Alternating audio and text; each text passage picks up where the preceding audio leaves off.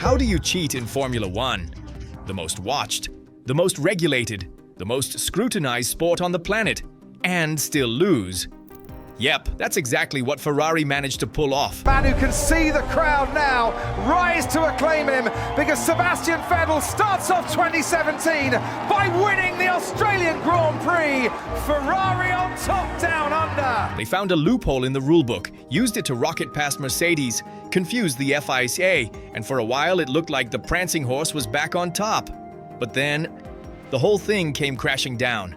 This is the story of how one of the most famous names in motorsport tried to outsmart the system, got caught in the shadiest investigation F1 has seen in years, kept all their points. Hamilton takes the checkered flag and wins the Chinese Grand Prix. Sebastian Vettel takes the Bahrain Grand Prix. Vettel blocks him off on the inside. Hamilton goes round the outside to take another Spanish Grand Prix victory. Sebastian Vettel wins the Monaco Grand Prix. He's back on top of the podium. And yet somehow ended up building one of the worst Ferraris in modern history. Buckle up, because this scandal has everything.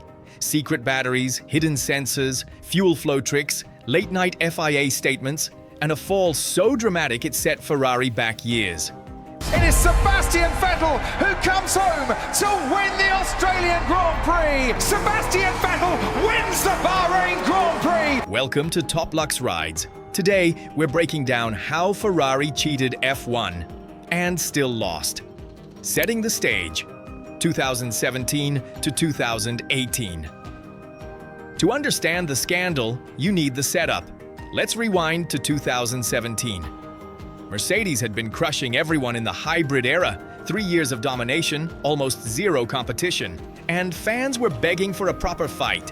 So, F1 rolled out new rules. Cars became wider, lower, meaner, and much faster. Finally, Ferrari smelled blood. Sebastian Vettel opened the season with a win in Australia. Suddenly, we had a title fight. Sebastian Vettel wins the Canadian Grand Prix and has led this race from start to finish. Vettel versus Hamilton, Ferrari versus Mercedes. The fans were loving it. 2017 was the appetizer. By 2018, the hype was massive. Who would get to 5 world titles first, Lewis or Seb? And for a while, Ferrari looked strong. Vettel grabbed wins, Charles Leclerc started showing promise, and Mercedes finally had a rival. Then came the turning point, the Canadian Grand Prix. Ferrari rolled out a shiny new engine upgrade. And boom! Out of nowhere, they had insane straight-line speed. Everyone noticed. Other teams scratched their heads. Where the hell had this power come from? Development like that usually takes years, not weeks. Something was fishy. The secret battery, 2018. Mercedes didn't stay quiet. They went straight to the FIA and said, "Ferrari's running 2 batteries. That's illegal."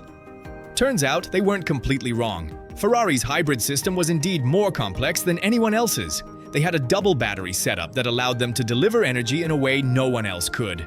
Now, here's the sneaky part. On paper, it wasn't breaking the rules. The FIA checked, and technically, Ferrari was still within the legal power limits. They just had a system clever enough to bend the regulations without snapping them. So, the FIA slapped on extra sensors to monitor Ferrari's engine. From the outside, it looked fine. Ferrari kept racing, kept winning, and kept their suspicious speed. But by the second half of the season, their power mysteriously dropped. Ferrari claimed it was development. The paddock whispered something else, that the new FIA sensor had caught them out. No official punishment, no disqualification. But the seed of suspicion had been planted. The rise of straight-line speed, 2019. Fast forward to 2019, and Ferrari's magic engine was back. This time, it was even harder to ignore. On power-hungry tracks like Spa, Monza, and Bahrain, the red cars were rockets. There's something strange with the engine. Okay, copy that. We are checking it. There's something strange with the engine. Oh no, I hope not. Charles Leclerc gets his first podium in Formula One. Charles Leclerc took pole positions with massive gaps. At Spa, he was 7/10 faster than Vettel, who still managed P2.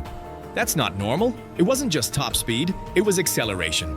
Ferrari would exit corners like parabolica, and by the end of the straight, they'd be flying. Everyone could see it. Red Bull started digging. They suspected Ferrari wasn't just being clever with batteries anymore. They thought the Italians were cheating the fuel flow meter, the sensor that controls how much fuel can be burned each hour. Here's how it works. The FIA allows 100 kilograms per hour, but the sensor doesn't measure fuel constantly. It takes readings every few seconds. Red Bull believed Ferrari had figured out the timing and was sneaking in extra fuel between the measurements. Genius? Yes. Legal? Definitely not. They couldn't prove it, yet.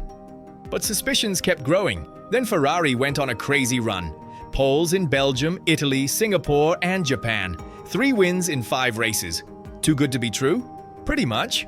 The FIA cracks down late 2019. After Red Bull's complaint, the FIA stepped in with a technical directive. It didn't name Ferrari, but it spelled things out.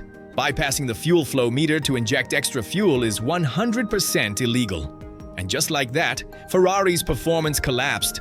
One week, they were flying down straights like missiles. The next week, they looked ordinary again. No more mysterious acceleration. No more dominance. At the US Grand Prix, they were suddenly nowhere. Max Verstappen didn't hold back, saying, "This is what happens when you stop cheating." Ferrari, of course, denied everything. They claimed they were just testing parts for the following season, but no one was buying it. Then came the final insult. In Abu Dhabi, Ferrari was found to have declared less fuel than was actually in the car. They were fined €50,000, pocket change in F1 terms, but it made the whole thing look even worse. By the end of 2019, everyone was convinced Ferrari had been bending, twisting, and outright breaking the rules. But where was the punishment? The shady deal, 2020. Here's where things went from suspicious to downright shady. In February 2020, right after preseason testing, the FIA dropped a bombshell statement on a Friday evening. Classic, don't look at this too closely timing. They announced that after investigating Ferrari's power unit, they had reached a private agreement. Private. As in, no details. No guilty verdict. No clear punishment. Just vague words about commitments to help monitor engines in the future. 7 rival teams, basically everyone not powered by Ferrari, went ballistic. They demanded answers. They got none. The FIA's response was more fluff. We suspected something, but couldn't prove it. Fans were furious. The whole thing smelled of backroom deals, politics, and Ferrari's historical influence in F1.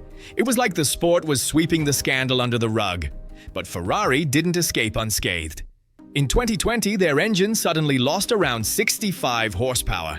The SF1000 was a disaster. They scored only 3 podiums and finished 6th in the championship. Their worst season in 4 decades. Was that their real punishment? Maybe. The fallout. 2020 to 2022. The fallout of the scandal was brutal. Ferrari went from title contenders to midfield strugglers overnight.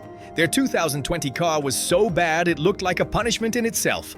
No straight-line speed, no aero advantage, just a slow, unstable machine. Drivers were frustrated, fans were angry, and Ferrari was humiliated. Ex-drivers even suggested the FIA had forced Ferrari to run weaker fuel settings as an unofficial penalty. Whether that's true or not, the results spoke for themselves. The team had gone from cheating champions in waiting to laughing stock in one season. 2021 was slightly better, but still far from winning. It wasn't until 2022 that Ferrari finally won again. Years lost because of one messy scandal. And the irony? Even with all their tricks, all their shady upgrades, all their creative engineering, Ferrari still didn't win a championship. They cheated, they got caught, and they still lost. So, what do we take away from all this? Ferrari, the most legendary team in Formula One, tried to outsmart the system. They found loopholes, pushed the rules until they bent, maybe broke them. For a while, it worked. They gained speed, they grabbed poles, they even won races. But in the end, it all came crashing down. The FIA never gave a clear punishment, but Ferrari's sudden collapse told the whole story. Cheating in F1 might give you an edge, but it won't give you a championship if the rest of your car is a mess. And that's how Ferrari managed to cheat in F1 and still lose.